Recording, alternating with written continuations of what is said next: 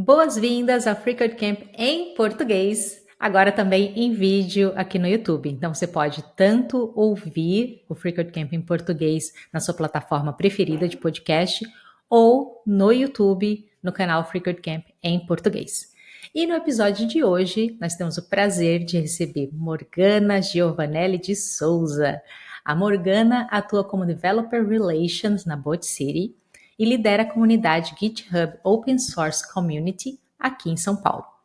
Desde seu início como desenvolvedora em 2016, ela se destacou no engajamento com comunidades de tecnologia e na promoção de inclusão e diversidade no setor. Além disso, a Morgana faz parte também da organização Feministech, uma comunidade feminista que reúne mulheres cis, trans, além de pessoas não binárias, para produzir, consumir e compartilhar conteúdo sobre tecnologia enquanto constroem um ambiente diverso e inclusivo. Seja muito bem-vinda, Morgana. É um prazer tê-la aqui. Obrigada por aceitar o convite. Que isso, muito obrigada, o prazer é todo meu, tô empolgadíssima de estar aqui, depois dessa apresentação maravilhosa, né, gente? Ó, quem vê fala, nossa, quem vê pensa que eu faço tudo isso mesmo. Mas não, eu faço. E um pouquinho mais, na conversa vocês vão perceber que eu sou meio viciada em comunidade, vocês vão até me dar bronca aí, mas tá tudo bem. Eu estou muito empolgada para conversar com a comunidade contigo, porque se tem um assunto que é transversal em todas as entrevistas que eu já fiz até hoje aqui no Freecode Camp, é a importância de comunidades no meio de tecnologia, da gente construir relações. Bom, vamos começar com uma das perguntas que eu mais gosto de fazer, que é como que você explica o que você faz para uma pessoa que está começando a trabalhar com tecnologia agora? Se eu for falar especificamente da minha profissão atual, né, de Developer Relations, eu tento explicar para as pessoas que, na verdade, eu sou uma pessoa que constrói relações entre outras pessoas. Então, eu participo de comunidades e aí isso me deu uma profissão, então eu gerencio comunidades, né? Eu ajudo as comunidades a encontrarem conteúdo, eventos, então eu proporciono o que a comunidade precisa, né? Então, eu acho que esse seria um bom resumo. Não sei se é claro o suficiente, mas acho que é um bom resumo. É sim, e é muito interessante entender o que é o trabalho das pessoas que trabalham com tecnologia.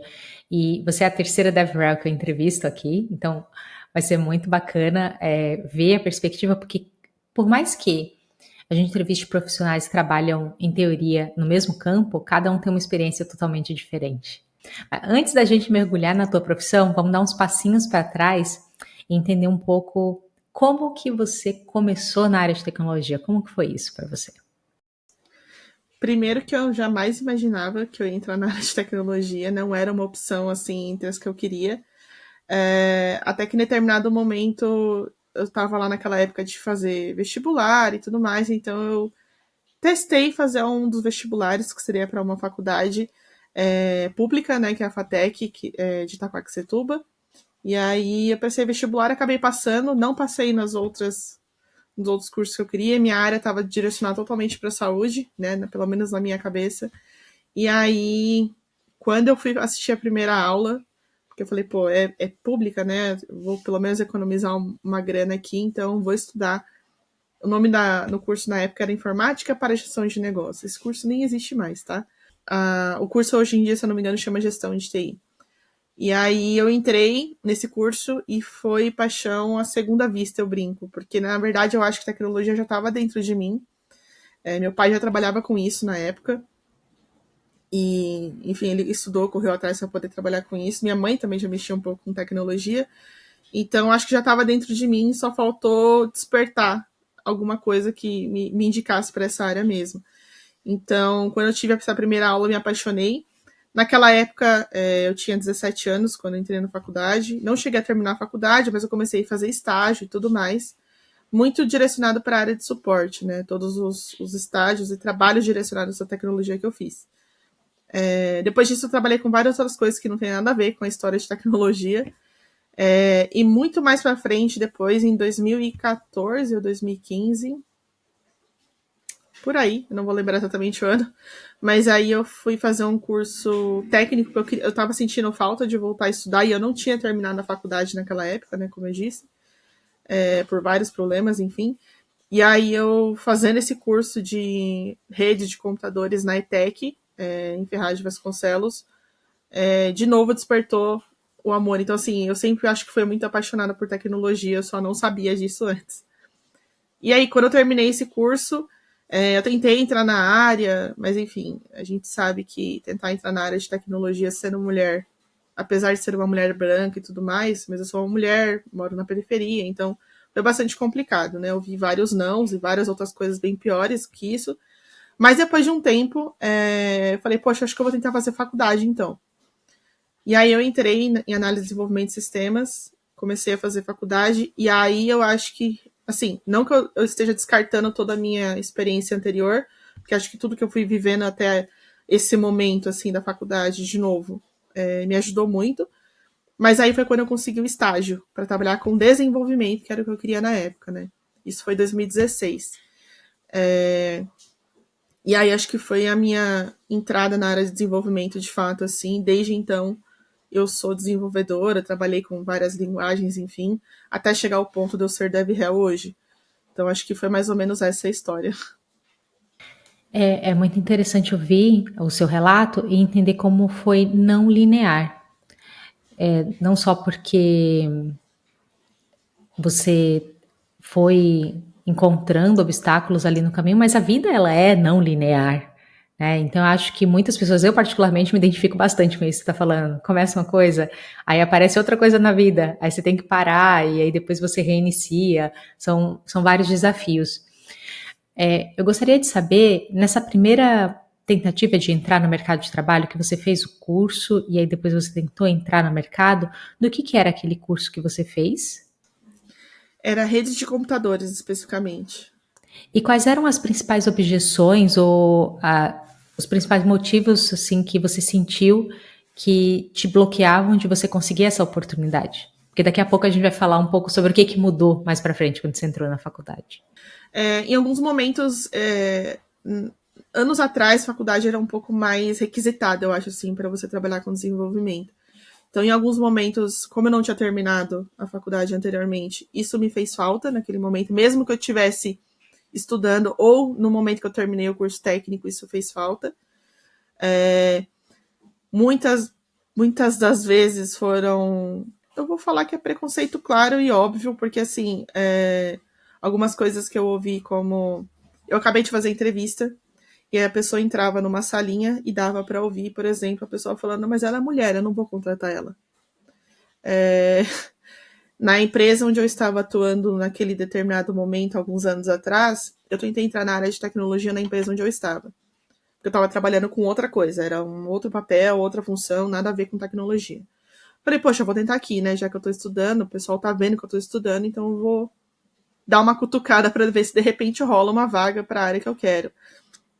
E aí eu só ouvia coisas como, você é mulher, lá só tem homem, então você vai distrair as pessoas, ou então, você não. Enfim, várias coisas eu fiquei ouvindo assim, e é engraçado pensar agora nessa pergunta que você falou, porque eu tô tentando lembrar se teve alguma objeção técnica. Se alguém me questionou tecnicamente, eu não lembro disso acontecer. Assim, é claro que eu era uma pessoa iniciante, né, que, enfim, tava ali procurando a primeira oportunidade, mas eu não lembro de ter sido questionada tecnicamente, eu lembro de ter sido questionada por outros motivos, ou pela faculdade, ou por ser mulher, né, ser quem eu sou. Enfim. E aí, mas enfim, o que importa é que deu certo, eu acho, né, naquele determinado momento em que eu consegui uma determinada vaga de estágio, quando eu estava na faculdade, que eu também não terminei. Gente, eu não sou um bom exemplo, né, em relação à faculdade. É a terceira tentativa que eu estou tentando terminar a faculdade hoje. Estou na faculdade agora, neste momento, e se tudo der certo, eu vou terminar, porque eu preciso de diploma. Em determinados momentos ele pode fazer um pouco de falta, dependendo do que você pretende para a carreira, né? Mas enfim, acho que as questões que eu mais lembro assim de ter levado foram essas que eu trouxe. E vamos falar desse primeiro estágio que você fez. Foi em desenvolvimento, e era uma coisa que você queria bastante. Você lembra ainda do que é que você, com o que você trabalhava e como que foi o sentimento desse primeiro emprego depois de tanto esforço? Lembro, porque foi muito marcante, de fato. Foi essa primeira oportunidade, né? Na época a empresa não exigia tantas coisas, então acho que era uma vaga de estágio que fazia sentido ser vaga de estágio, né? E eu trabalhei, na verdade, os primeiros dias eu tive a oportunidade de ter contato com profissionais diferentes dentro da empresa. A gente teve um treinamento quando a gente entrou, então, tipo, foram 2 meses em treinamento, e era da linguagem C Sharp. Depois desse treinamento, a gente apresenta um projeto e tudo mais, mas assim, você já está trabalhando. Eu tive a oportunidade de trabalhar com um time de UX, tive a oportunidade de trabalhar com um time de front-end, de back-end, ficar um pouco do lado da galera que fazia análise de requisitos naquela época. Hoje não, acho que nem existe mais esse nome, né? A gente chama de outras coisas. Então eu tinha muito na minha cabeça que eu queria ir para a área de documentar e tudo mais, mas não. Quando eu encostei a mão no C Sharp e entendi o que era o back-end e tudo mais, foi ali que foi a minha paixão. Então, nessa primeira oportunidade foram essas possibilidades que eu tive, né? Eu pude explorar um pouco algumas áreas, descobri minha paixão por back-end.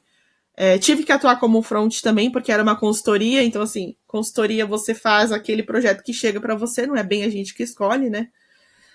E justamente por ser uma consultoria, não foi só C Sharp que eu trabalhei, então tive contato com Java naquela época, contato com JavaScript, que mais?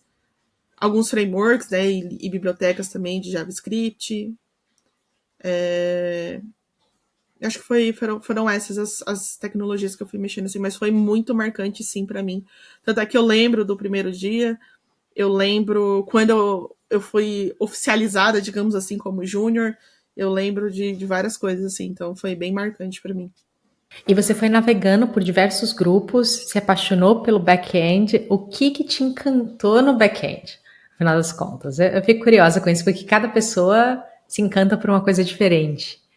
É engraçado porque eu não sei, acho que explicar 100% do motivo, mas o fato de você ter uma coisa que está sendo construída ali não tão claro nos olhos das pessoas, né? Ou, enfim, não tá tão claro para as pessoas o que acontece atrás de um clique, por exemplo, né? Atrás de você arrastar alguma coisa, atrás de você fazer seu cadastro num site.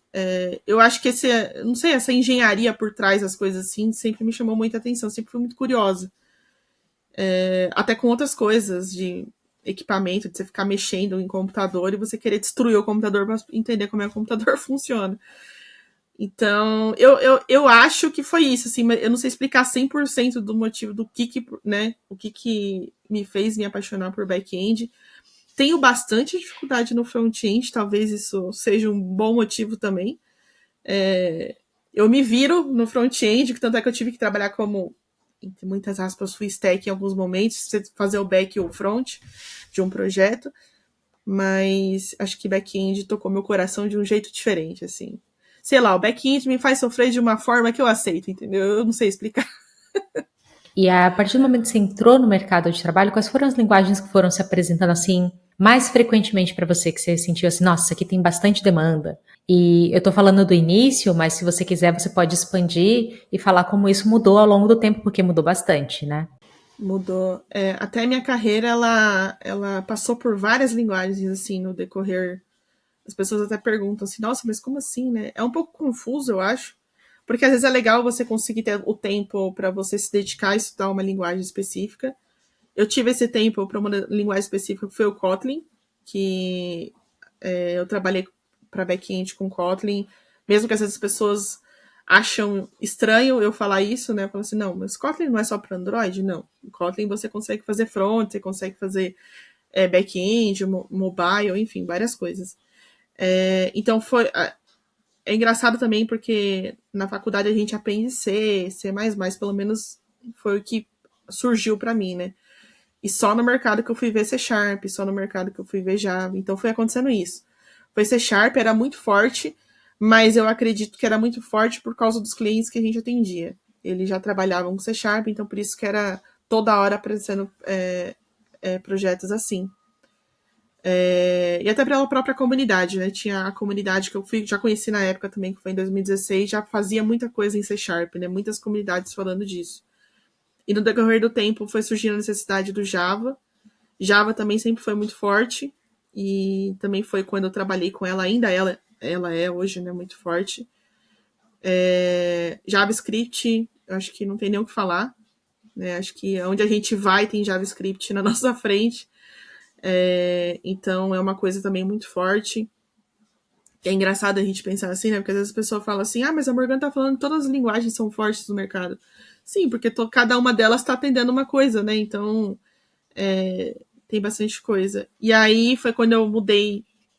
Eu estava trabalhando na consultoria e eu mudei para trabalhar dentro de um banco, que foi quando eu comecei a trabalhar com Kotlin.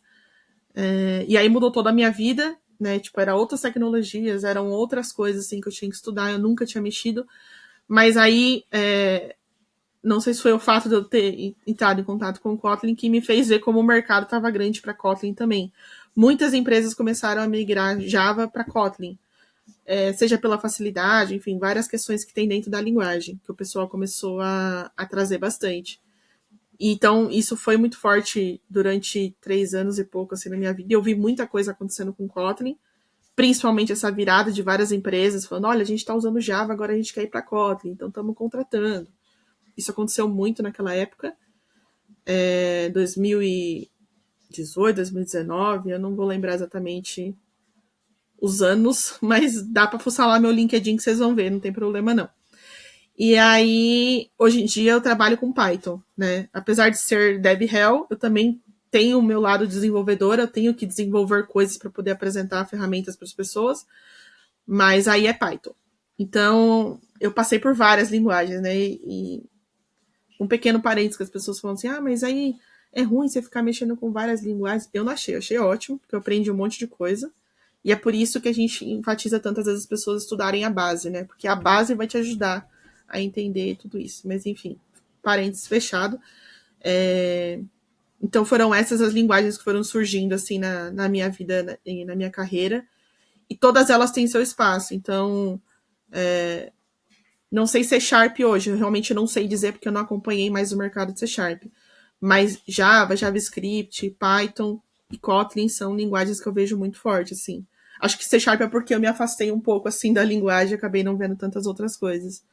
Mas as demais, com certeza, tem bastante impacto aí pelo mercado. E aproveitando que você citou dessa sua experiência que agora como DevRel, você está trabalhando com Python, eu acho que uma coisa que seria interessante é entender que tipo de projeto um DevRel desenvolve. Eu sei, é muito amplo. Então vamos falar sobre que tipo de projeto essa DevRel desenvolve. Porque, eu me relaciono com comunidade. O que é? Pode ser muito confuso. Então vamos tentar estruturar isso um pouquinho, o pessoal entender. Obrigada pelo disclaimer, porque eu já ia falar, realmente, se cada pessoa DevRel vai desenvolver um projeto diferente, e aí vamos falar do que a Morgana DevRel desenvolve hoje em dia. A pessoa que ela DevRel, ela não participa de uma entrega de um produto, como uma pessoa desenvolvedora faz.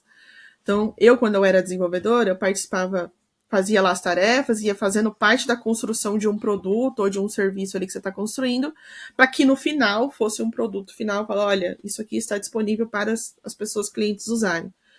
A gente desenvolve utilizando as ferramentas as quais a gente está trabalhando com. Então, por exemplo, no meu caso, como eu trabalho na BotCity, a gente tem lá o framework de desenvolvimento Python, e a gente tem também as ferramentas ao redor do mundo de automação, né? A BotCity é uma empresa que tem ferramentas para automação RPA. E aí a gente pode falar um pouco sobre isso depois. Então, o que eu faço? O que eu desenvolvo? Eu desenvolvo códigos que ajudam as pessoas a entenderem como que ela vai usar o framework. Então, eu pego o framework, aplico aquilo em alguma situação. Então, por exemplo, vamos construir uma automação de um sistema desktop. Então, eu uso as ferramentas que tem lá, mais a linguagem de programação, para mostrar como aquela ferramenta pode ser utilizada. Então, é um desenvolvimento meio educacional, digamos assim, né? A ideia é a gente explicar para as pessoas como que aquilo funciona e como é que a gente vai explicar como que aquilo funciona, fazendo o código junto com elas. Não é que eu vou entregar um produto no final, mas eu entrego sim um código que funciona, claro, né? Senão também tô defendendo errado a ferramenta. Então a gente entrega um código que funciona, mas é muito mais para demonstrar como que aquilo vai acontecer e tudo mais. Isso acontece com outros exemplos também de outras pessoas que são DevRel, né? Eu lembrei agora do Luiz da Twilio. Então, não é que ele constrói a ferramenta da Twilio, ele mostra pra gente como usar a Twilio como pessoa desenvolvedora. Né? Eu construo soluções junto com a ferramenta da Twilio, enfim, e outras questões também. A Paty, que era Developer Advocate lá do GitHub, ela mostra pra gente como usar o GitHub, né? Mas ela não constrói o GitHub por trás. Então, é essa a diferença, né? A gente ajuda no desenvolvimento da ferramenta, sendo essa ponte entre a comunidade e a empresa. Porque a comunidade, a gente que está na comunidade, falando agora, Morgana, da comunidade mesmo, a gente sempre tem feedbacks para dar sobre alguma ferramenta que a gente usa.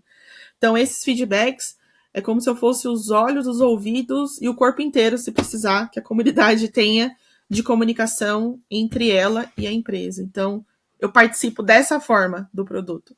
Mas na questão do dia a dia do desenvolvimento mesmo, é mais para demonstrar, ensinar. Olha, como é que eu executo, como é que eu rodo. Poxa, deu erro, como é que a gente faz? Então, assim, tem essa diferença, né?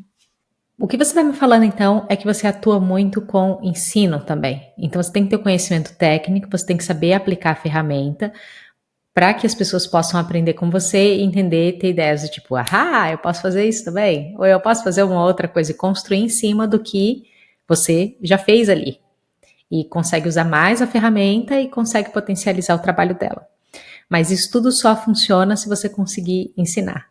Então, pelo que eu entendo, você teve que desenvolver todo um outro set de habilidades que são habilidades de ensino. Foi algo muito fora da tua zona de conforto aprender a ensinar ou veio naturalmente? Como foi para você isso? Eu entendo que foi a própria comunidade que me direcionou também a desenvolver um pouco disso. Na verdade, eu sempre fui uma pessoa extremamente tímida, ainda sou tímida, apesar de ninguém acreditar quando eu falo, pois é. Mas eu tenho timidez, assim, eu sou tímida, assim, acreditem, por favor. Mas o que aconteceu? Acho que por causa disso eu fui tentando entender e tendo mais curiosidade sobre comunicação. Isso acabou se tornando frequente na minha vida, estudar sobre comunicação, técnica de comunicação, como é que eu posso melhorar, seja a minha fala, seja a minha postura, seja, enfim, a inclusão que eu coloco dentro da minha fala, né? Se eu estou falando para qual público, ou se eu estou conseguindo incluir todo mundo, principalmente quando trata-se de comunidade. Então, isso eu fui fazendo ao longo da minha vida, até para poder trabalhar como desenvolvedora também, não só. Eu nem sabia que eu chegaria a ser uma DevRel algum dia. Mas quando eu conheci as comunidades, lá em 2016 mesmo, que também foi quando eu comecei a carreira de desenvolvimento, eu fui conhecendo e fui participando, até que em determinado momento a comunidade falou assim: olha, acho que tá na hora de você também começar a contribuir aqui com a gente, né? Aquela cobrança amigável, claro, não foi forçada nem nada, mas eu fui empurrada no bom sentido a também começar ou a fazer artigo, ou a fazer palestra, compartilhar alguma coisa que eu estava vivendo ali dentro do meetup, né? Dos meetups que eu estava participando. E aí eu, enfim, respirei muito fundo, falei, bom, vou encarar essa, né? Porque se a comunidade está sendo um ambiente seguro para mim, né? Em determinados pontos, então, assim, acho que vale a pena eu arriscar e tentar. E aí eu comecei, então eu acho que isso também foi me ajudando, assim, um pouco a. E eu sempre gostei muito de ajudar as pessoas também, acho que isso conta um pouco, não sei. Até no jeito de falar e tal, então eu acho que aos poucos, sem querer, tudo que eu fui vivendo foi direcionando para que eu chegasse nesse ponto, né? Que tivesse essa oportunidade de ensinar as pessoas, seja por código, seja também por. A gente também faz outras formas de conteúdo, né? Quando a gente trabalha como DevRel. Então, seja vídeo, seja palestra, seja podcast, seja artigo também, que a gente faz bastante. Tem vários meios, né, de você explorar esse compartilhar conhecimento, né? E é engraçado também que você ficou falando, usando a palavra ensinar. É estranho para mim falar a palavra ensinar, porque eu uso muito mais o compartilhar conhecimento. Ensinar, sei lá, para mim parece uma coisa muito professores, e eu respeito muito essa posição de professor a professor. Então, até foi um pouco estranho, assim, receber essa palavra ensinar, como você falando, mas acho que, de certa forma, faz sentido, porque a gente está direcionando também a comunidade a aprender sobre uma tecnologia, né? Aprender sobre uma solução, para ver se faz sentido ela aplicar aquilo no dia a dia do trabalho dela. Então, acho que faz um pouco de sentido, apesar de ser um pouco, ai meu Deus, será que sim, será que não? Mas é. Acho que eu entendo. Para mim é muito difícil não falar de ensinar, porque minha vocação, o que eu faço e o que me move é o ensino, é ser professora, independente do que eu estiver ensinando. Então, meu fluxo é isso: aprende, cria, compartilha, e esse compartilhar é através do ensino. Então, não tinha pensado que essa palavra pudesse ter um peso tão grande, porque é algo que eu convivo com frequência. Então, é bem interessante ouvir você falando isso. Você, que curioso. Mas acaba sendo, né? A gente acaba ensinando. É o compartilhar conhecimento, mas compartilhar conhecimento é o quê? É você ensinar outra pessoa, né? Então tá certo, assim. Aproveitando que estamos falando de comunidade e uma boa parcela aqui da nossa conversa vai ser sobre comunidade, você começou a dar umas pinceladas e explicar um pouco como você entrou em contato com as comunidades. Foi logo lá no início, em 2016. E aí você falou dos meetups e todas essas coisas. Onde que a gente encontra as comunidades? O que a gente deve buscar? Vamos quebrar isso aos pouquinhos e ir conversando sobre esse assunto. É legal essa pergunta porque muita gente não conhece, né? Às vezes a gente fica até surpresa com a quantidade de pessoas que estão entrando, por exemplo, na faculdade, ou num curso, ou qualquer coisa, e nunca. Ou termina a faculdade, termina o curso, termina as coisas, tá trabalhando e às vezes nunca ouviu falar de comunidade. Eu diria que comunidade está em todo canto, na verdade. Se você lá dentro da sua empresa tá trabalhando e você começa a compartilhar conhecimento ali com a galera, pô, estudei um negócio aqui, gente, vamos conversar sobre isso aqui, isso já tá virando uma comunidade, assim. Pelo menos no meu modo de ver, né? Mas eu acho que hoje em dia a gente tem comunidade em várias ferramentas, né? Então, muita coisa se transformou em online quando a gente passou por a questão da pandemia. Então, tem muita comunidade no Discord, tem muita comunidade no Telegram, tem muita comunidade, enfim, várias outras ferramentas. Mas aí, eu não sei se o ponto da sua pergunta seria, por exemplo, como é que eu faço para encontrar uma comunidade? Então, sei lá, vamos supor que eu estou estudando Python. Ah, boa. Então, eu estou estudando Python e quero encontrar as comunidades de Python, né? Onde estão as pessoas? Python é a comunidade mais organizada que eu já vi na minha vida, e eu acho incrível isso, inclusive. Se você colocar só Python Brasil, por exemplo, na internet, né? No Google. E aí você pesquisa lá e você vai encontrar. Dentro da página da Python Brasil, você vai encontrar vários grupos, várias comunidades. Então eles têm os grupais, né? O nome do grupo que tem algumas cidades, e se você não tem na sua, você pode entender com a comunidade como é que você faz para construir uma dentro da sua cidade. Tem as PyLadies, que eu sou apaixonada, né? Que estão me ajudando muito ultimamente, inclusive. Que também tem várias cidades do Brasil e do mundo, inclusive. Se de repente você está aí ouvindo esse podcast e você não é do Brasil, não se preocupe, tem comunidades fora do Brasil também. Então, dá para encontrar. Acho que se você colocar, sei lá, a tecnologia que você está trabalhando e na frente comunidade, eu acho que é uma forma legal de você encontrar. Um site muito forte também com comunidade é o meetup.com. meetup.com, né? Lá também você coloca o local onde você está e aí você consegue encontrar. Foi assim também que eu encontrei várias comunidades que estavam perto de mim na época que eu estava procurando. Hoje tem outras ferramentas também que a galera usa para fazer encontros, né, das comunidades, que são esses nomes meetups que a gente fala, né? Nada mais é que são os encontros da comunidade, seja online, seja presencial. E coincidência ou não, não sei de onde surgiu o nome Meetup, mas tem um site com esse nome, então é isso. Hoje, como eu disse, tem outras ferramentas também que dá pra gente encontrar, mas o mais legal é o seguinte, quando você conhece uma, você pode ter certeza que você vai conhecer outras. Porque uma começa a compartilhar coisa da outra, então às vezes você vai seguir uma comunidade, sei lá, a PyLadies de São Paulo. E aí a PyLadies de São Paulo vai começar a compartilhar coisas da PyLadies Recife. A PyLadies Recife vai começar a compartilhar coisas, sei lá, da comunidade de Java, porque não importa a linguagem, a gente tá aí para compartilhar conhecimento mesmo. Dev Java Girls que tem em São Paulo. A comunidade Dev Java Girls vai compartilhar uma coisa da outra comunidade, sei lá, do GitHub Open Source Community, por exemplo, que é a comunidade que eu também participo. E vai assim vai, tá? Entendeu? Então, tipo, Se você for igual eu, você vai se viciar um pouquinho e você vai querer conhecer um monte. Se você for um pouquinho mais tranquila, né? Tá tudo bem. Aí você, mesmo assim, você conheceu uma, pode ter certeza que você vai conhecer várias. E aí essa rede só vai crescendo. E aí você vai entendendo, né? Qual a comunidade que você se sente confortável, qual a comunidade que você acha que faz sentido você participar naquele momento. Porque senão você vai querer participar de tudo. E é o sentimento que eu tenho. Mas infelizmente, fisicamente, eu não consigo estar em todas. E tá tudo bem, entendeu? A gente tenta entender. Ah, nem me fala, eu tô aqui só, eu entro nas redes sociais e vejo os eventos que estão começando a popapar agora. Ah, evento em Recife, evento em São Paulo, evento no Sul. Ah, eu quero ir em todos, mas eu também tenho que trabalhar. Tem episódios para editar. Vamos sossegar, vamos escolher alguns, é difícil. Gostaria de pensar um pouco agora sobre como se relacionar, como interagir em comunidades. Etiqueta de comunidade, como que a pessoa pode se juntar, quais são as expectativas. Beleza. Eu acho que o mais importante de tudo é respeito. E provavelmente qualquer comunidade que você vai conhecer, talvez nem todas, talvez uma ou outra não tenha, mas é muito provável que tenha um código de conduta.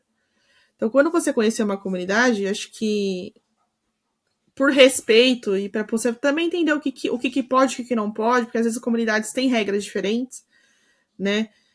Principalmente quando a gente está falando entre diferença de comunidades que são mistas, né? Que qualquer pessoa pode participar, e aquelas comunidades que são mais específicas, mas no intuito de trazer diversidade e inclusão, né? E pertencimento mesmo, como é a Feministec, por exemplo, né? Não é, a Feministec não é para homem cis hétero branco, por exemplo. A Feministec é para pessoas, mulheres, né, cis e trans, e pessoas não binárias. Assim como tem outras comunidades também. Então é importante entender o código de conduta, ler. Eu sei que é chato, eu sei que ninguém gosta de ler nada, né? Nem documentação, nem código de conduta, nem livro, nem nada. Mas tudo bem. O código de conduta faz um esforço, porque vai fazer diferença para você mesmo. E você entrando nessa comunidade, acho que, como eu disse, acho que o mais importante sempre vai ser o respeito. E aí você vai entendendo. Porque assim, quando eu comecei a participar, eu não conhecia nada muito online, assim, de comunidade. Uma pessoa me disse que ia ter um evento gratuito com uma galera em um lugar e eu fui para ver o que era, para ver se, né, como é que funcionava. Lembrando, timidez, né? Eu ficava às vezes muito quietinha. E aí, em determinado momento, eu comecei a fazer o quê? Falei, eu preciso tentar interagir com uma galera aqui, porque senão não vai dar certo.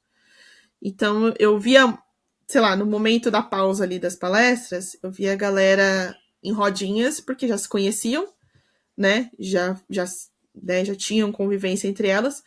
E eu só chegava na rodinha assim, a galera costuma ser bem aberta com isso, né? Tipo, não é um problema você chegar numa rodinha dentro de uma comunidade que você vai ser maltratada nem nada. Então eu comecei a entrar nessas rodinhas e eu ficava ouvindo o que o pessoal tava comentando. Às vezes não tava entendendo nada do que a galera tava falando. Se ela tava falando de tal de tecnologia que eu nunca tinha visto na minha vida. E eu só assim, concordando, balançando a cabeça e tentando absorver aquilo que a galera tava falando, né? Até que em determinado momento eu fui sentindo um pouco mais tranquila, então eu falava oi pra galera, então eu comecei a interagir aos poucos. Então, assim, eu sei que às vezes falar que a gente é tímida, ou que a gente é introvertida, ou que a gente tem qualquer outra característica que às vezes inibe essa questão de você interagir com outras pessoas, isso pode ser trabalhado na comunidade também, sabe? E se você não se sente bem fazendo isso pessoalmente, né, nas comunidades, né, indo num evento e entrando em contato com outras pessoas e conversando com essas pessoas, testa online primeiro, né? Veja um evento online que está acontecendo, de repente você interage num chat ali com o pessoal, e aí você descobre que aquela comunidade tem um Discord, você entra no Discord, entende lá como é que funcionam as coisas, vai olhando, vai observando. E pode ter certeza que normalmente o objetivo da comunidade vai ser te deixar ser uma pessoa bem-vinda lá dentro, né? De novo, não são todas as comunidades que a gente se sente à vontade. Eu sei que muitas vezes quando a gente está começando, principalmente quando a pessoa ela faz parte de um recorte, ela não vai se sentir à vontade, por exemplo, numa comunidade que é mista. Mesmo que a comunidade seja, eu ia falar agradável, mas não é essa a palavra. Mesmo que a comunidade seja um espaço seguro, Às vezes a gente não se sente segura lá dentro por ser quem somos e porque a gente vive numa sociedade que é complicada demais pra gente acreditar que as outras pessoas vão querer fazer o bem pra gente, né? Então a gente começa a participar de outras comunidades, participa daquelas comunidades que você se identifica, que você reconhece, que você pode fazer parte daquele espaço, né? E entenda que aos poucos você pode ir fazendo parte de outros espaços também. E se uma comunidade não está sendo receptiva o suficiente com você, independente de quem você seja, como você seja e por que você seja, qualquer coisa que você seja, não precisa ficar ali, né? A gente não é obrigada a ficar em lugares que a gente não se sente confortável, então a gente pode falar, beleza, testei, aqui não é o meu lugar, vou para outro lugar e tá tudo bem. Mas eu acho que é isso. E indo com respeito, indo aos pouquinhos. E eu gostaria de saber, se possível, explorar um pouco mais sobre essa questão dos encontros presenciais. Como lidar com essa expectativa interna que às vezes pode surgir na pessoa de não, eu preciso ir lá e eu preciso me expor, e às vezes isso acaba tornando a experiência ruim. Pensando que você até está num lugar que você se sente seguro, que você está confortável, mas tem aquela pressão interna, né? Como se a gente tivesse uma panela de pressão. Que tipo de conselho, que sugestões você dá para esse cenário? Inclusive tem uma comunidade que ajuda nisso. A comunidade se chama Conecta Devs. Tem comunidade para tudo e eu amo. A comunidade se chama Conecta Devs. Eu acho que eu posso deixar o link depois. Tem uma página no LinkedIn da galera. A galera também tem uma comunidade dentro do WhatsApp, né? E o que essa galera faz? São pessoas que querem ir em eventos, mas elas não querem ir sozinhas, ou por qualquer que seja a situação. E aí elas começam a criar uma interação ali dentro, até que você consiga companhia para ir nesses eventos. Porque às vezes a companhia pode ajudar nesses pontos também, sabe? E eu acho, assim, em cada situação da nossa vida que a gente vai vivendo, acho que às vezes a gente precisa também parar um pouco e refletir, entender o que de fato é aquele medo ou aquela insegurança de ir num evento presencial. Eu tô com medo do. Não sei se medo é a palavra, eu vou usar insegurança, né? A minha insegurança tá relacionada ao quê? A eu, de repente, achar que eu vou ser forçada a interagir com alguém? Você jamais será forçada a interagir com alguém. E se você for forçado, é aquilo, né, que acho que a Neuro tava falando. Você levanta, fala, esse lugar não tá bom para mim ainda, vou para outro, e aí a gente volta aqui quando tiver tudo bem. Então, assim, você provavelmente não vai ser uma pessoa forçada a interagir com ninguém. Provavelmente você não vai ter que conversar com ninguém se você não quiser.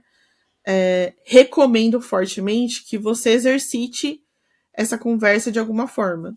Nem que você comece online de novo, como eu estava falando antes.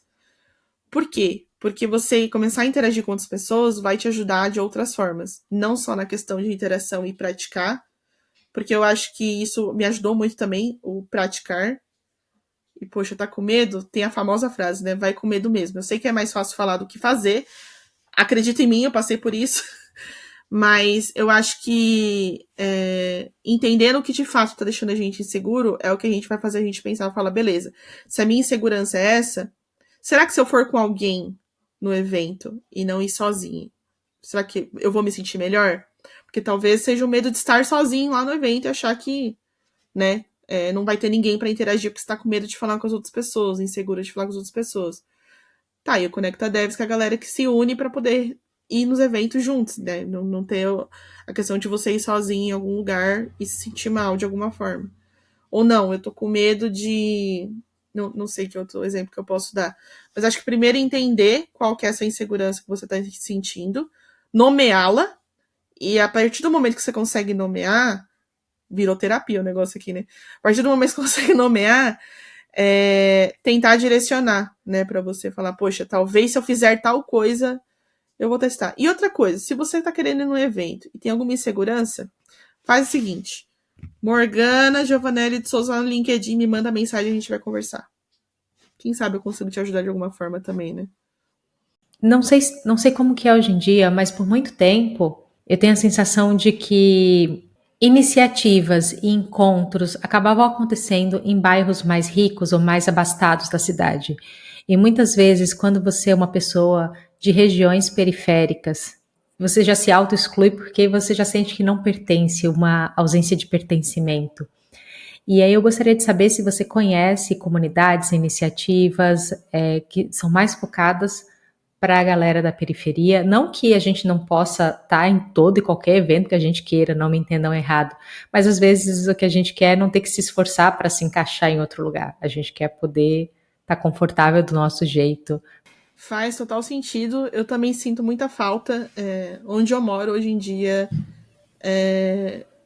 eu vou chamar de Zona Leste, na verdade não é na capital de São Paulo que eu moro, né? Eu moro numa cidade depois, assim, mas que tá ligada ali a Guaianás, então é periferia e tudo mais, então eu entendo essa questão. Qual E cidade você eu mora? Ferraz de Vasconcelos.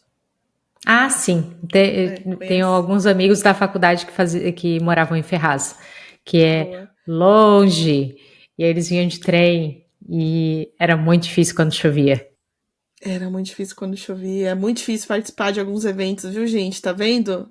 Ela está falando aqui, não sou eu que estou falando. Apesar de eu falar várias vezes, as pessoas não entendem que um evento em Pinheiros, um evento em Morumbi, um evento, sabe?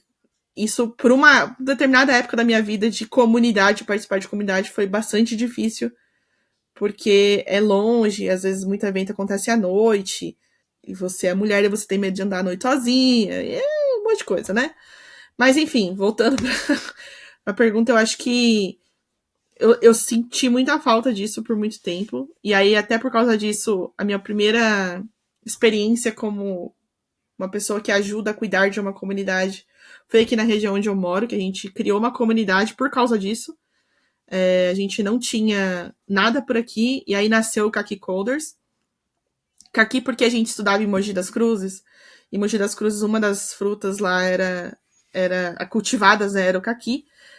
Nem sei se hoje em dia ainda é muito cultivado, mas talvez sim. Mas aí a gente quis fazer uma brincadeirinha com o nome, então ficou Kaki Coders, é engraçado de falar e é legal até para explicar a história pra galera quando pergunta. Então a gente acabou criando uma comunidade por causa disso. É, Mas, enfim, a vida foi ficando louca, não dá tempo de cuidar de um monte de comunidade ao mesmo tempo, então a gente tem que escolher nossas prioridades.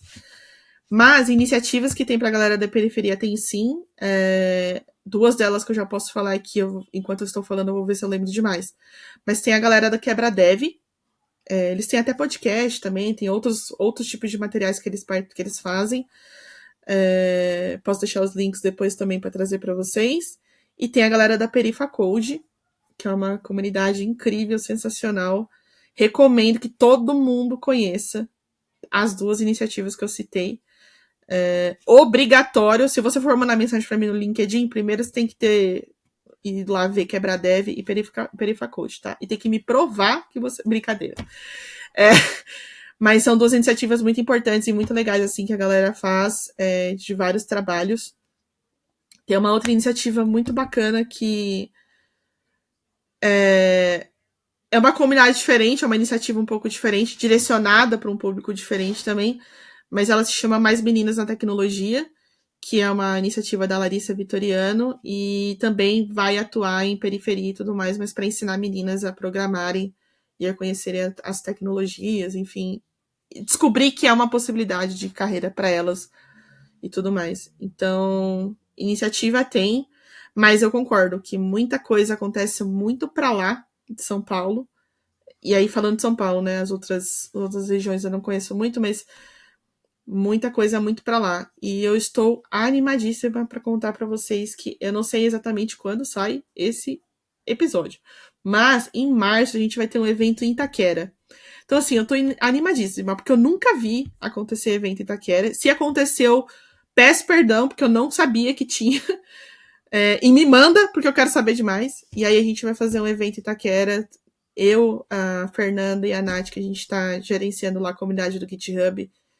E é a primeira vez que a gente consegue fazer isso, então vai ser bem bacana. Então, além das comunidades que existem para galera como a gente, galera da periferia e tudo mais, eu acho que é legal também outras comunidades entenderem que elas precisam estar em espaços que elas normalmente não vão pensar. E aí, quando a gente tem diversidade da comunidade, provavelmente isso ajuda também, porque você vai lembrar de coisas e aprender coisas que você normalmente não pensaria. né? Então, sei lá, às vezes eu fico falando assim, eu sou uma mulher e tudo mais, mas beleza, mas eu sou uma mulher branca. Então, talvez eu passe por situações que são diferentes de uma mulher negra, por exemplo, diferente de uma mulher indígena. E se eu tiver essas pessoas próximas a mim de alguma forma, talvez elas vão me ajudar a entender que a comunidade precisa estar em determinados espaços para determinadas pessoas que provavelmente não passaria pela minha cabeça. Então, fica aí o puxão de orelha para as comunidades também. Sou dessas. E também a pessoa vai saber, tendo diversidade de olhares, a gente consegue oferecer uma experiência diferente. A gente consegue Sim, entender necessidades diferentes e até potencialidades também, porque a gente pensa muito nas limitações, que, então, se eu tenho diversidade, as pessoas vão poder falar das limitações aqui. Mas também ela pode falar, sabia que dá para fazer tudo isso aqui dentro dessa perspectiva? É algo enriquecedor também, da mesma forma. Adorei a ideia desse evento em Itaquera. Você me manda mensagem depois, porque eu moro na Baixada, eu subo para São Paulo, vou lá para olha Itaquera. só. E aproveitando que você está falando sobre essa iniciativa em Itaquera, que é do GitHub São Paulo, me fala um pouquinho mais sobre essa comunidade que você trabalha do GitHub. Primeiro, só deixando muito claro que eu não trabalho no GitHub. Muita gente pergunta, então eu já falo isso logo de primeiro, porque as pessoas veem, tá GitHub no nome da comunidade, as pessoas pensam que a gente trabalha lá. A gente não trabalha lá. É uma iniciativa do GitHub que nasceu ano passado com a Developer Advocate que trabalhava lá aqui no Brasil, que é a Pat Codes. A galera aí talvez conheça. Procurem ela no LinkedIn também para vocês adicionarem. Acho que está como Pat Parra lá. Pachi com P-A-C-H-I. Depois a gente pode explicar por quê, mas enfim. E aí ela teve essa iniciativa de criar comunidades junto com o GitHub, né? De criar comunidades espalhadas pelo Brasil. Então, a gente começou no passado, começou em março. E aí eles colocaram em algumas cidades. Não são em todas ainda, mas tem algumas cidades. Uma é São Paulo, a outra é Florianópolis, a outra é Salvador e a outra eu vou lembrar Fortaleza. Por enquanto são essas que existem. E aí eles convidaram algumas pessoas da comunidade, que são ativas na comunidade, para ajudar a gerenciar esses espaços nessas cidades. Então acabaram me convidando, e que foi uma honra gigantesca para mim, assim, um reconhecimento enorme. E aí, em março do ano passado, a gente começou a fazer. Então, qual que é o objetivo? Um dos objetivos da comunidade é trazer a parte de open source, GitHub e comunidades também, né, que é um assunto que a gente acaba discutindo, e traz outros assuntos também, como desenvolvimento, etc. Mas o foco é open source. E é importante lembrar que open source é uma coisa que pode ajudar muito a comunidade, porque tem muitas ferramentas que acabam ajudando.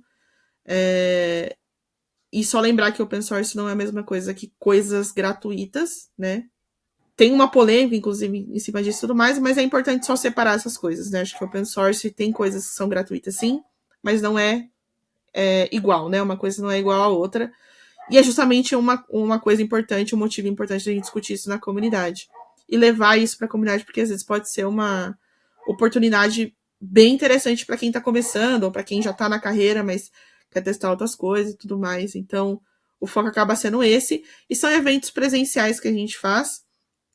O objetivo é realmente fazer a comunidade se encontrar, né, e tal. E em alguns momentos a gente consegue recursos. Lembrando, né, acaba sendo ainda uma comunidade. A gente não tem recursos. Mas quando a gente consegue patrocínio para fazer, por exemplo, uma transmissão e tal, a gente faz. Mas o objetivo principal é fazer a galera se encontrar mesmo e ter essa interação para discutir esses assuntos. E eu achei bem legal essa iniciativa e a gente continua ainda cuidando lá. Faz quanto tempo que você faz parte de forma voluntária nesse trabalho? Tá, nesse do GitHub desde março. Então, são 10 meses? Acho que eu não sei se eu fiz conta certa, mas é mais ou menos isso. E aí, no seu aniversário de 1 ano, vai ter esse evento no Itaquera. Olha mesmo. Ai, amei. Nem tinha me tocado disso. Mas no aniversário de 1 ano vai ter esse evento em Itaquera. Vai ser dia 2 de março. E a gente tá empolgadíssimo, assim, pra realizar esse evento num espaço que a gente jamais pensou que poderia dar certo, mas deu. Quem que pode se sentir convidado e que faz sentido ir? Qual que é a ideia desse evento? Tá, esse evento em específico, a gente quer falar com pessoas que são iniciantes mesmo, porque a gente vai aproveitar, a gente conseguiu um espaço da FATEC de Itaquera, então FATEC Itaquera, os professores lá, muito obrigada pelo espaço que vocês estão disponibilizando pra gente. Então vai ser lá, então vai ter bastante estudante da faculdade que vai lá para poder participar conosco, mais a comunidade também, né? Não é só a faculdade. E aí a gente quer discutir sobre alguns assuntos que são mais pertinentes às pessoas que estão iniciando. Então a gente vai ter uma roda de conversa com pessoas incríveis que também fizeram, né, ou representam de alguma forma a questão da periferia e de outros recortes também que a gente vai ter aqui. Isso é bastante importante. Mais de um recorte, na verdade, né? Não é só a periferia que está representada ali, mas mais de um recorte vai estar representado ali para falar sobre carreira. Como é que eu entro, como é que eu começo, e visões diversas é importante para a gente poder discutir isso. A gente também vai ter outros assuntos como falar um pouquinho de front, falar um pouquinho de back-end. Também vai ter uma pessoa que é uma pessoa professora dentro da universidade, da faculdade, né, que vai discutir um pouco também sobre carreira acadêmica, porque às vezes essa é uma carreira que a pessoa quer seguir, né? Então, o objetivo desse evento vai ser esse e vai introduzir o open source no meio dessa conversa todinha também, vai ser bem bacana. Agora eu queria falar um pouquinho sobre o trabalho que você desenvolve. Você trabalha numa empresa que trabalha com projetos RPA. E sempre que a gente tem oportunidade, eu gosto de poder explicar conceitos, pedir para o convidado explicar algum conceito aqui, para quem está ouvindo, que está começando, que não é tão experiente, possa se familiarizar. Então, você podia me falar um pouquinho sobre o que é RPA, como funciona? Boa, legal.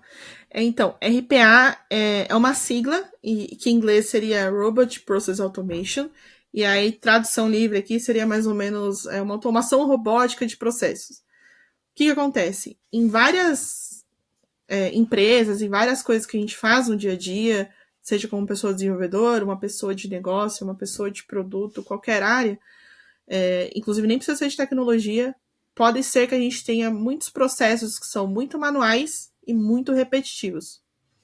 Então, imagina a galera da contabilidade, por exemplo, de uma empresa que precisa emitir diversos tipos de notas fiscais, que precisa lidar com diversas questões, processos a lidar com a Receita Federal, por exemplo, para você ir fazendo. Isso é muito manual em alguns momentos. Que outro exemplo eu posso dar?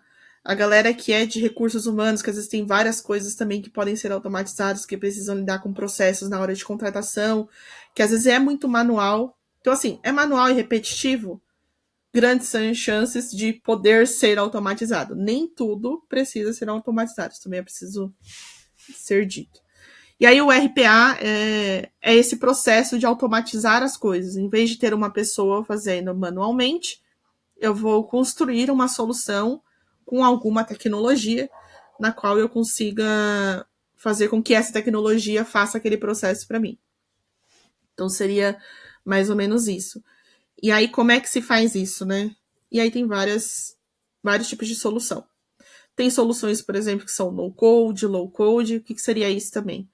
No-code são soluções que você não precisa fazer código algum, né? Normalmente são coisas que você clica e arrasta e monta algumas coisas que são pré-prontas para que você consiga executar algum determinado fluxo para que aquele processo funcione. Low code, ele é uma ferramenta que ainda assim não necessariamente precisa de código, mas você pode usar código em determinados momentos muito específicos, assim, para você poder colocar e construir esse fluxo para fazer esse processo que você precisa automatizar. E aí tem um processo que é codar, né, ou codificar, fazer o código para você também construir a sua automação. E automação também é um conceito bem abrangente, porque a gente pode falar de automação de testes, automação de diversos tipos de automação que tem em fábricas, né, que são robôs que vão fazendo coisas ali para construir algum determinado produto, por exemplo. Mas lembrando que a gente está focando aqui em RPA, que são processos manuais e repetitivos em diversos tipos de negócio. E aí o que eu trabalho seria isso, então, dentro da BotCity a gente tem o framework para fazer o desenvolvimento dessa automação em Python. Então, é um framework que ajuda a gente a construir essa automação. E o massa de ser Python é porque eu posso construir exatamente o que o meu requisito pede. Então, eu consigo fazer exatamente o que aquilo que está sendo pedido seja feito. Né? Eu consigo customizar a minha solução e fazer da forma como ela é necessária. Tanto quanto eu posso usar diversos outros frameworks que também são open source, assim como o nosso lá da BotCity, para trabalhar em conjunto comigo. Então, por exemplo, tem gente que faz automações com um framework chamado PyAutoGui. Aí tem também muito bom que fugiu os nomes das coisas para mim agora.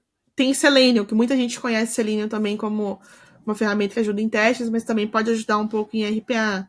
Enfim, tem vários frameworks que você pode trabalhar em conjunto justamente por ser open source e por ser Python. E aí a gente também tem outras ferramentas que ajudam nesse desenvolvimento. Então tem a ferramenta para gerenciar, tem a ferramenta que a gente consegue usar, por exemplo, visão computacional, que eu acho muito massa. Que é assim, por exemplo, você tem alguma coisa na tela que você precisa mapeá-la, porque você precisa fazer com que o robô clique num determinado lugar naquela tela daquele sistema que você está interagindo. Então, por exemplo, a pessoa teria que cadastrar uma nota fiscal num sistema que está instalado no computador. O que ela faria? Pega o mouse, clica num botão, clica no outro, preenche um dado, coloca o CNPJ, sei lá, tô chutando aqui. E aí no final ela põe lá, salvar PDF e enviar para algum sistema ou para algum e-mail. Então, você vai mapear a tela com inteligência artificial, o que é muito massa, que é essa parte da visão computacional, né? Especificamente visão computacional, que você consegue. É como se fosse o olho humano ali atuando, né? Você vai identificar onde está aquele botão, por exemplo, que precisa ser clicado, e com isso você faz o robô clicar lá onde você quer que seja clicado, que é uma outra ferramenta que dá para usar. Mas é muito forte essa questão também do Python aí para automação RPA, como você estava falando. E o fato de ser open source é muito massa. E ser DevRel de uma ferramenta open source é muito legal também, é muito divertido, porque eu gosto e respeito muito, então é muito massa. Você acredita que isso é uma coisa que é relevante para alguém que está trabalhando com projetos e quer montar seu portfólio? Ou é algo mais que tem que ter uma demanda? Eu acho que todo mundo basicamente tem a demanda de usar RPA em algum momento na vida. Tem alguma coisa que você faz que provavelmente você gostaria muito de automatizar aquilo. Mas assim, é muito relevante mesmo para as pessoas que estão começando. Inclusive, a gente tem visto até no mercado um movimento muito forte de ter muitas empresas que estão querendo automatizar coisas. E aí, muitas empresas estão indo atrás de pessoas desenvolvedoras que são desenvolvedoras de Python. Outras linguagens também dá para fazer isso, né? Não estou falando que Python é a única linguagem que dá para você automatizar. Tem gente que usa Golang, por exemplo, tem gente que usa JavaScript também. Então, pensa que a ideia é você construir um script que faça coisas para você, né?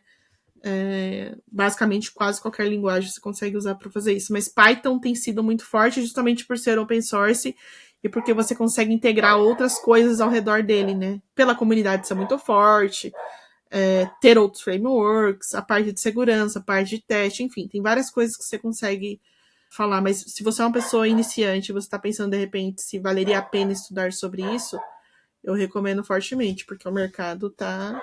Agora a gente vai entrar numa parte mais de curiosidades e perguntas, assim, para a gente se conhecer um pouquinho melhor. E aí, eu queria começar falando sobre os abacatinhos.dev.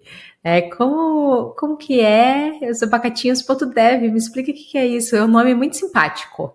Não é? Eu gosto muito desse nome também. O que acontece? A Paty, que eu já falei para vocês aqui em alguns outros pontos da nossa conversa, ela é uma amiga muito querida e ela é uma referência para mim dentro dessa área de DevRel.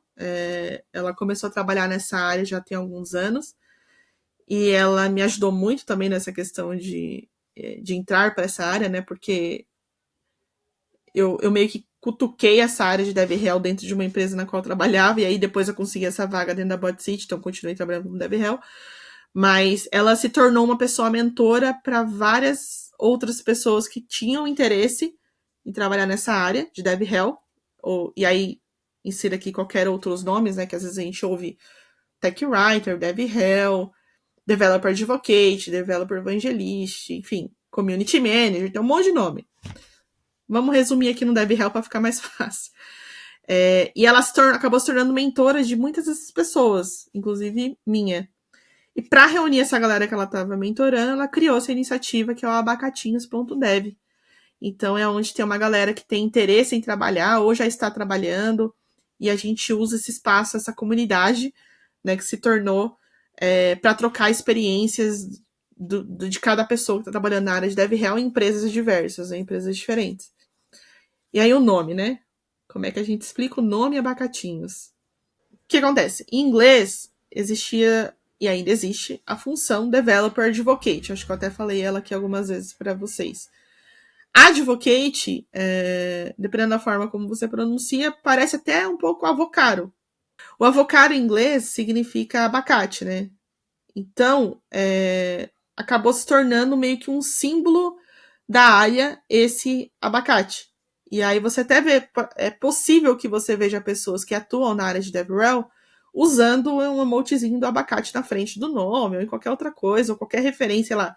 Faz um slide cheio de abacate, que eu já fiz também. Enfim, sempre vai ter um abacate em algum lugar. Virou easter egg, eu acho também. E aí ela usou esse nome abacatinhos, porque nós somos os abacatinhos dela, né? Pra ela poder mentorar. E, enfim, aí nasceu essa comunidade pra gente trocar ideias sobre DevRel. Próxima pergunta é sobre outra comunidade aí que você faz parte, é o Feministech. E eu queria saber um pouquinho mais sobre como a comunidade funciona e como que ela trabalha para fomentar a diversidade e inclusão na tecnologia.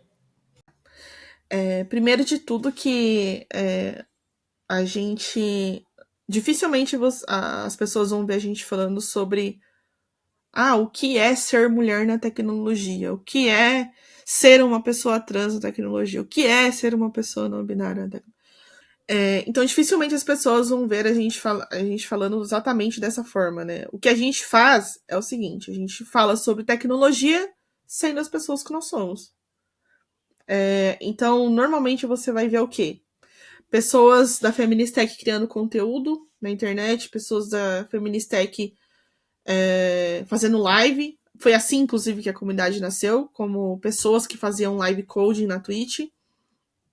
E aí, mulheres se reuniram na época, quando nasceu a iniciativa, ela nasceu como Live Coder Girls, mas a gente entendeu que a comunidade ela não estava sendo inclusiva o suficiente com esse nome, e a gente queria incluir outras pessoas, né? Não só meninas, mulheres, a gente queria incluir todas as mulheres, a gente queria incluir pessoas não binárias que acabaram também se aproximando da comunidade e buscando esse espaço e fazem parte desse espaço também hoje em dia.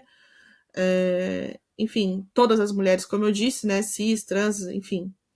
E a ideia é que então a gente faz de vez em quando alguns conteúdos, a gente faz eventos, e aí esses eventos são feitos e apresentados por essas pessoas, falando sobre quaisquer que sejam assuntos direcionados à tecnologia, porque a Feministech não tem uma tecnologia só que a gente fala, porque lá tem pessoas, por exemplo, que trabalham com front, pessoas que trabalham com back-end, pessoas que trabalham com segurança da informação, pessoas que trabalham com hardware, pessoas que trabalham com, enfim, várias coisas dentro da área de tecnologia. E o mais legal de tudo também é que a gente tem pessoas que estão pensando em entrar na área e pessoas que já estão na área há muitos anos. Então toda essa diversidade de coisas que acontece lá dentro é muito rica, assim, para todo mundo que está lá dentro. E aí a gente produz, então, eventos e coisas para mostrar essas pessoas, né, elas produzindo conteúdo e falando sobre tecnologia de uma área que elas estão estudando ou trabalhando, e aí não importa, né, o espaço é para todo mundo mesmo. E é dessa forma que a gente tenta promover essa questão da diversidade e tudo mais, mostrando que a gente sabe sim falar sobre tecnologia, qualquer assunto que seja, em qualquer discussão que seja. A gente sempre, todos os lugares que a gente vai, inclusive, a gente carrega o nosso código de conduta junto com a gente, porque às vezes acontece, vamos chamar a Feministech para fazer um evento. Tá, mas primeiro você tem que estar de acordo com o nosso código de conduta, e aí sim a gente vai fazer alguma coisa com vocês. Por isso que eu falei lá atrás que código de conduta é uma coisa muito importante para as comunidades, porque às vezes tem coisas que a comunidade passa e aprende e ela quer continuar fazendo com que aquilo seja aquele lugar seja seguro e tudo mais. Então, a gente segura muito firme o nosso código de conduta. E aí a gente sai fazendo um monte de coisa. A gente tava fazendo podcast, nossa, se for falar tudo que a Feministech faz aqui, eu fico até amanhã. Mas procurem aí, o site é bem bacana, tem bastante coisa lá para vocês conhecerem da comunidade. E então, basicamente, a Feministech, ela abre o espaço para que possa ter essa diversidade e essa inclusão de forma deliberada. Então, é uma comunidade intencional. Existe uma intenção ali e se trabalha com isso. Muito bacana. 3 últimas perguntinhas que eu quero te fazer. A Bora lá. primeira é: o que você está aprendendo atualmente? E pode ser relacionada ao seu trabalho ou não. Eu tô sempre estudando comunicação de alguma forma, seja escrita, seja falada, seja, enfim. Eu tô tentando começar a aprender Libras, porque é importante, então eu estou tentando aprender, espero que eu consiga. Ai, meu Deus, sim, espero que eu consiga. Eu também estou estudando espanhol, isso muito por uma vontade minha, mas também é uma questão muito profissional. Eu sinto que essa área de DevRel, ela pode ser muito mais forte na Latam, né, falando América Latina. Então eu sinto que essa linguagem, essa língua, esse idioma, né, ele pode ser bastante importante para minha profissão. Então estou tentando estudar espanhol também. Python eu estou estudando o tempo todo, porque faz parte do meu dia a dia. E mesmo que eu trabalhe com isso, eu continuo estudando sobre isso. Tenho muita coisa para aprender ainda. E a comunidade me ajuda muito, como eu falei, né? As PyLadies são sensacionais, estão me ajudando bastante.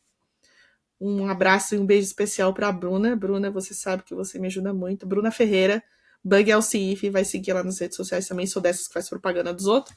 Bom, tem as coisas da faculdade, né, que eu tô fazendo, que é EAD, mas aí cada semestre é uma coisa, então a gente também entra aí na parte de estudos. Mas o meu foco. E também DevRel. Eu costumo ler coisas sobre DevRel, estudar coisas sobre DevRel, porque também é a área que eu sou completamente apaixonada e quero ser melhor cada vez mais. Então, seja livro, seja live, seja evento de DevRel, de alguma forma você vai me ver em algum cantinho só pra. Nem que seja só pra ficar ouvindo, assim, ó, pra aprender as coisas. Pergunta 2: como você gosta de aprender? Não é o quê, é como você gosta de aprender. Eu sou muito. Eu preciso fazer e ver a coisa acontecendo para eu aprender, assim. Então, por exemplo, eu sou muito visual. Eu não sei se essa é a palavra certa, mas eu sou muito visual. Até para eu resolver alguns problemas, por exemplo, eu tô olhando pro lado que eu tô olhando pro meu caderno rabiscado, que eu ia dar o exemplo. Então, por exemplo, tem um código para fazer, eu gosto de desenhar o fluxo, de como que ele vai funcionar, pelo menos na minha cabeça, mais ou menos assim.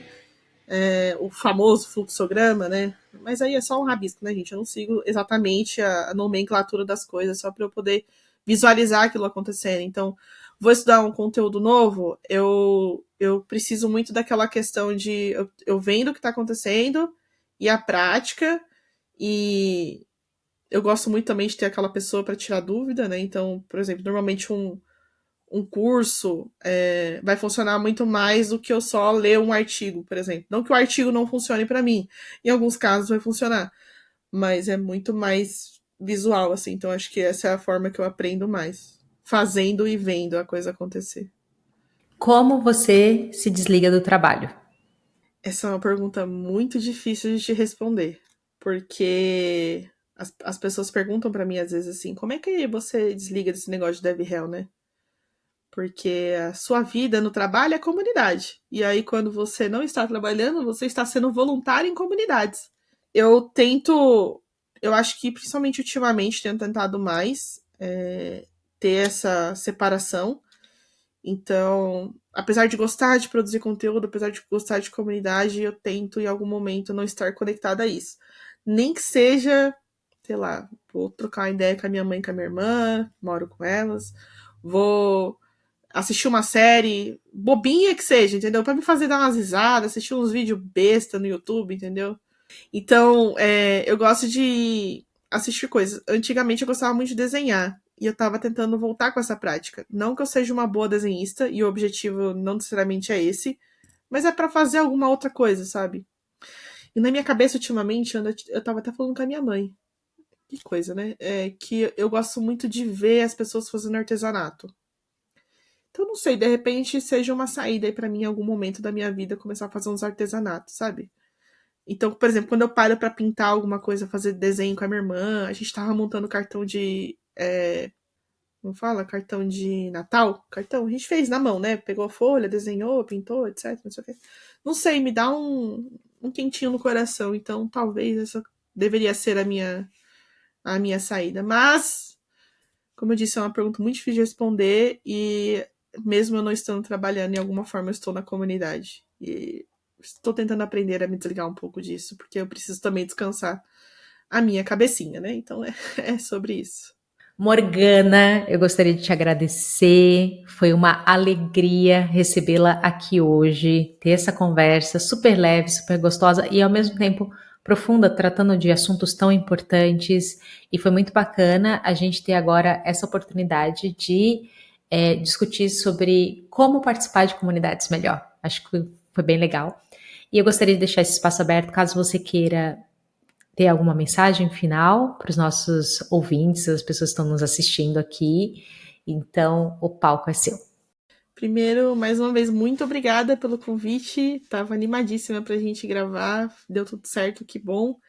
E fico feliz com a nossa conversa. Consegui, acho que, trazer os pontos que são realmente muito importantes para mim. Aprendi muito com você também. Então, obrigada pelas coisas que você foi compartilhando e comentando, porque me trouxe outras visões enfim, só aquela questão que você falou, assim, da parte de às vezes a gente fala muito das limitações, mas e as potências? Isso me está fazendo pensar até agora e eu vou levar isso para a comunidade, essa discussão, porque às vezes é a forma de ver, a forma de colocar para que as pessoas também se sintam incluídas. Então, muito obrigada por tudo que você falou. E eu não sei, acho que o conselho que eu vou dar aqui não é nem conselho, né? Acho que todo mundo já percebeu que eu gosto um pouquinho só de comunidades. Então, assim, se você tiver a possibilidade, vai participar de uma comunidade. Se você está em dúvida de qual comunidade participar, tem algum assunto específico, você está procurando comunidade, de repente você não está achando, chama a gente para conversar também, sabe? Acho que às vezes é você que vai ser a pessoa que vai montar a comunidade sobre esse assunto. Olha só, lancei o desafio aqui, hein? Então, participem de comunidades e de verdade, assim, porque eu falo muito sobre isso porque fez muita diferença na minha vida e eu espero que possa ajudar outras pessoas também. Então, não se acanhe. Participar de comunidade pode te mostrar várias possibilidades de te fazer aprender sobre pessoas. E lembrem-se que pessoas são muito mais importantes que tecnologia, tá, gente? De verdade, assim. Então, as pessoas com quem você se relaciona, as pessoas com quem você conversa, as pessoas com quem você trabalha, as pessoas com quem você lida no dia a dia, todas elas são muito mais importantes que tecnologia. Tecnologia paga nossas contas, né? No final do dia a gente precisa pagar boleto, somos classe trabalhadora, afinal de contas. Mas lembrem-se que pessoas são muito mais importantes que tecnologia. A tecnologia vai ser a ferramenta para a sua vida e para você pagar seus boletos e comprar umas coisas da hora também, que é legal, né? Quando a gente ganha um dinheirinho a mais. Mas fiquem com essa aí e é isso. Obrigada de verdade, Nildo, por tudo que você falou e foi incrível. Foi incrível e essa foi a nossa entrevista, o episódio de hoje com a Morgana. Eu gostaria de agradecer você que nos escutou até esse momento e a conversa continua. Aqui na descrição desse episódio tem todos os links de acesso para que você possa conversar com a Morgana e trocar mais ideia com ela depois, lá no LinkedIn ou nas outras redes sociais que ela usa. E também você pode deixar seus comentários, suas impressões em perguntas no vídeo do YouTube. Muito obrigada por estar aqui e até o próximo episódio. Tchau, tchau.